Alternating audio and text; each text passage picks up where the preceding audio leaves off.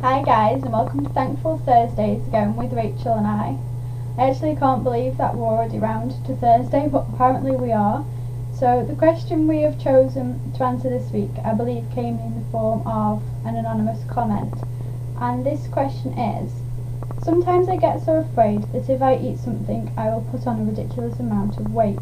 Like if I eat a slice of pizza I'll gain 15 pounds. I know that logically it's wrong, but how do I go about changing and challenging these fears? And this is certainly something that I can relate to from my experience of my eating disorder and my recovery. So I guess I could talk a little bit about what worked for me, and hopefully Rachel will talk about what worked for her, and then you'll have a few options available to you.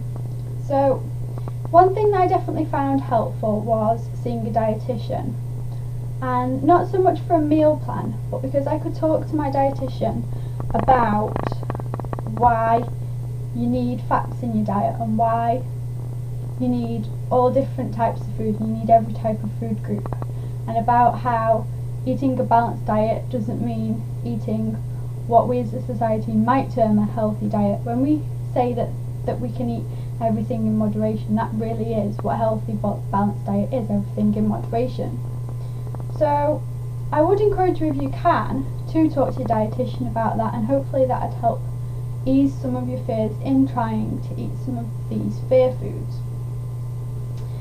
In addition to that, with my dietitian, what I actually did was wrote down a list of everything that I thought I'd find difficult to eat, and sort of numbered that from what would be the most difficult to what would be the least difficult, and then I sort of systematically worked through that, and that really did help in that as I travelled down the list, the anxiety for the next thing wasn't as great as it might have been had I just gone for that thing, if that makes sense.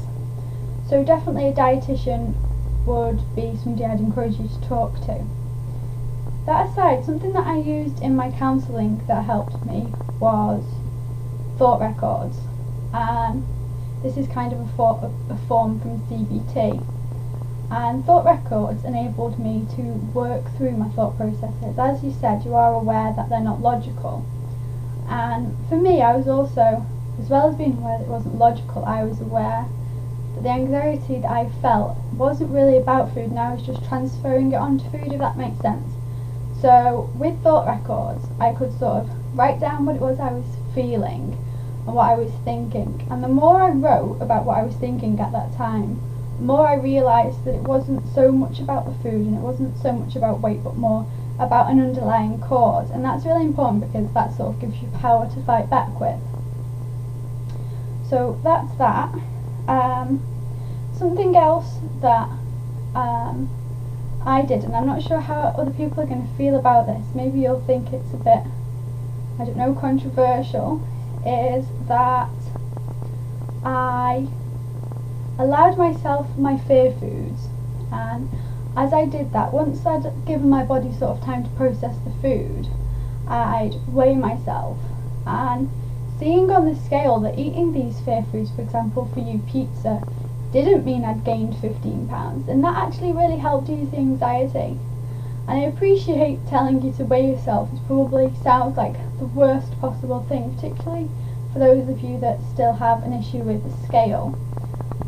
But that genuinely did help me to sort of have hard proof that I could go and eat a piece of cake or I could eat a slice of pizza, and I was gaining weight at the time, but it wouldn't dramatically increase my weight. I was sort of staying on course for the amount of weight I was supposed to be gaining, and I assumably would have gained that weight with or without sort of those fear foods as well.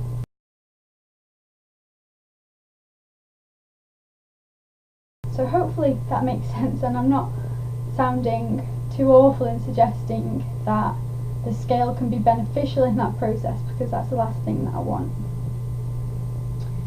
So the last thing that I wanted to say is that everybody's recovery is their own, and you need to allow yourself to sort of go through your process. So don't be too hard on yourself with this. Do take it at your own pace, and don't feel you have to push yourself more than you're ready to. So I think that's all I've got to say on this for now.